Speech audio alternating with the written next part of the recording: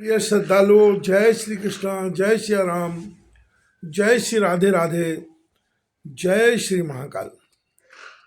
इस प्रवचन में आपको श्रवण कराएंगे धर्मराज के दूत भेजने के भी पश्चात, भगवान कृष्ण के संदेश के भी पश्चात, अनेक प्रकार के प्रयत्न करने के पश्चात भी दुर्योधन द्वारा हठ का त्याग नहीं किया जा रहा है। इस प्रकार कहकर युधिष्ठिर को प्रणाम करके संजय वापस चले गए। वहां जाकर उन्होंने धर्मराज की विशाल सेना शक्ति का परिचय देकर धृतराष्ट्र से कहा कि इस समय युधिष्ठिर की अपार शक्ति है, तुम्हारे पुत्र किसी प्रकार उनसे विजय नहीं पा सकेंगे। संजय से बोले कि तुमसे कोई बात छिपी नहीं कि मैंने दुर्योधन को अत्याचार करने से कितना रोका है। संजय ने कहा कि महाराज, सच पूछा जाए तो आप पर ही समस्त अत्याचारों का उत्तरदायित्व है, क्योंकि मेरे मना करने पर भी दुर्योधन को राजा बनाकर सर्व अधिकार दिए गए, उसी का यह कुफल आपको भोगना पड़ेगा। संजय की इस वाणी को सुनकर धृतराष्ट्र चुप हो गए। वैशंपायन जी ने कहा कि अपने हृदय की निर्बलता को छिपाने की धृतराष्ट्र की बहुत कोशिश की, परंतु वह असफल रहे। जब उनका जी घबराने लगा तब उन्होंने संजय से कहा कि तुम इसी समय विदुर को मेरे पास ले आओ। संजय गए तो वहां उन्होंने देखा कि विदुर ब्रह्म के ध्यान में बैठे हैं। बड़े यत्न पूर्वक संजय ने विदुर का ध्यान उच्चाटन किया, तब प्रार्थना की कि हे विदुर, आपको धृतराष्ट्र ने बुलाया है। विदुर और संजय दोनों ही धृतराष्ट्र के पास आए। अंधे ने विदुर का सम्मान किया और पास बैठाकर कहने लगे कि हे विदुर, जब से संजय ने बताया है कि पांडव युद्ध करने के लिए तैयार है, तब से मुझे बहुत ही घबराहट हो रही है और इसी से मुझे नींद तक नहीं आती। अब आप ऐसा कोई उपाय करें कि जिससे युद्ध न हो, शांति संधि हो जाए। विदुर ने कहा, बुद्धि चक्षु, इसमें सब आपका ही दोष है। मेरे बहुत समझाने पर भी ध्यान न देकर बरबस दुर्योधन को राज्य का सर्वाधिकारी बना दिया। यह दुर्योधन समस्त वंश को नाश करने के लिए पैदा हुआ है। जिस समय वह पैदा हुआ था उस समय बड़े भयंकर अपशकुन हुए थे और ज्योतिषियों ने स्पष्ट बता दिया था कि यह पुत्र त्याज्य है, इसे तुरंत ही गड़वा दिया जाए, अन्यथा यह वंश को ध्वस्त कर देगा। परंतु पुत्र मुंह में पड़कर आपने वैसा नहीं किया। अब क्यों रोते पछताते हो? जैसा किया वैसा भोगो।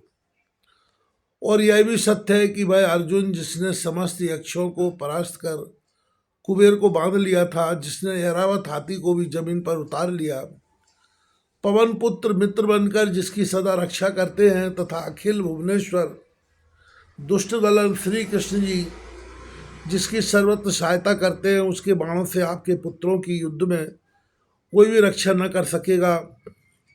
वे पांचों भाई काल से भी लड़ने में समर्थ हैं। जिस समय वे युद्ध करेंगे तब कोई भी कौरव की रक्षा न कर सकेगा।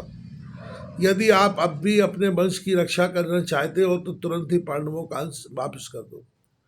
पांडव बड़े न्यायशील हैं, यदि उनका अंश उन्हें मिल जाएगा तो वे सदा आपके सेवक बन के ही रहेंगे। तुम्हारे पुत्रों ने इनके साथ अनेकों बार घोर अन्याय किया और राज्य संपत्ति भी ले ली।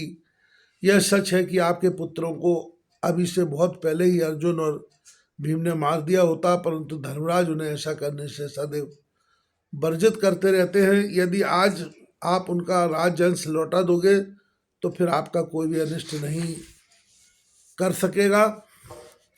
धृतराष्ट्र ने कहा कि मैंने पांडवों का अंश वापस कर देने को अनेकों बार दुर्योधन से कहा है,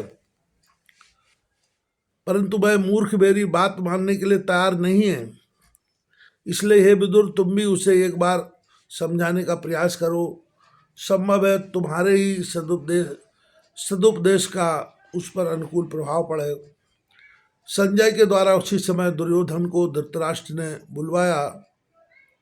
उसके आ जाने पर अंध गांधारी और विदुर ने अनेकों तर्क मुक्त धार्मिक उपदेशों से युधिष्ठिर को अंश वापस कर कुल कलह मेटने को कहा। परंतु उस अभिमानी ने एक भी न सुनी। वह स्पष्ट कहकर उठ गया कि बिना युद्ध के अणु मात्र भी भूमि पांडवों को नहीं दे सकता हूँ। जब वह रनिवास पहुंचा तो रानी भानुमति ने पूछा कि अभी आप पिताजी के पास गए और तुरंत ही लौटा, इसका क्या कारण है? उसने उत्तर दिया कि हमारा पिता बहुत नीच है, जिस प्रकार उसकी आंखें फूटी है उसी प्रकार वह बुद्धि से भी हीन है। उसने दासी पुत्र को अपना मंत्री बना लिया है, जैसा वह कहता है वैसा ही अंधा करता है। मैंने अभी तक उस अंधे को पकड़वा कर कारागृह में बंद नहीं करवाया है, उसी का फल है कि यह मुझे उपदेश दासी पुत्र से दिलाता है। भानुमति ने कहा कि महाराज, पिता को अशुभ वाक्य कहना महापाप होता है, वे आपकी भलाई की ही कहते रहे। आप उनकी आज्ञा मानकर पांडवों का अंश वापस कर दो। उसकी बात दुर्योधन को बाण के समान लगी। उसने गंभीर वाणी से रानी को डांटा तो वह कांपने लगी और क्षमा मांग अपने कमरे में चली गई।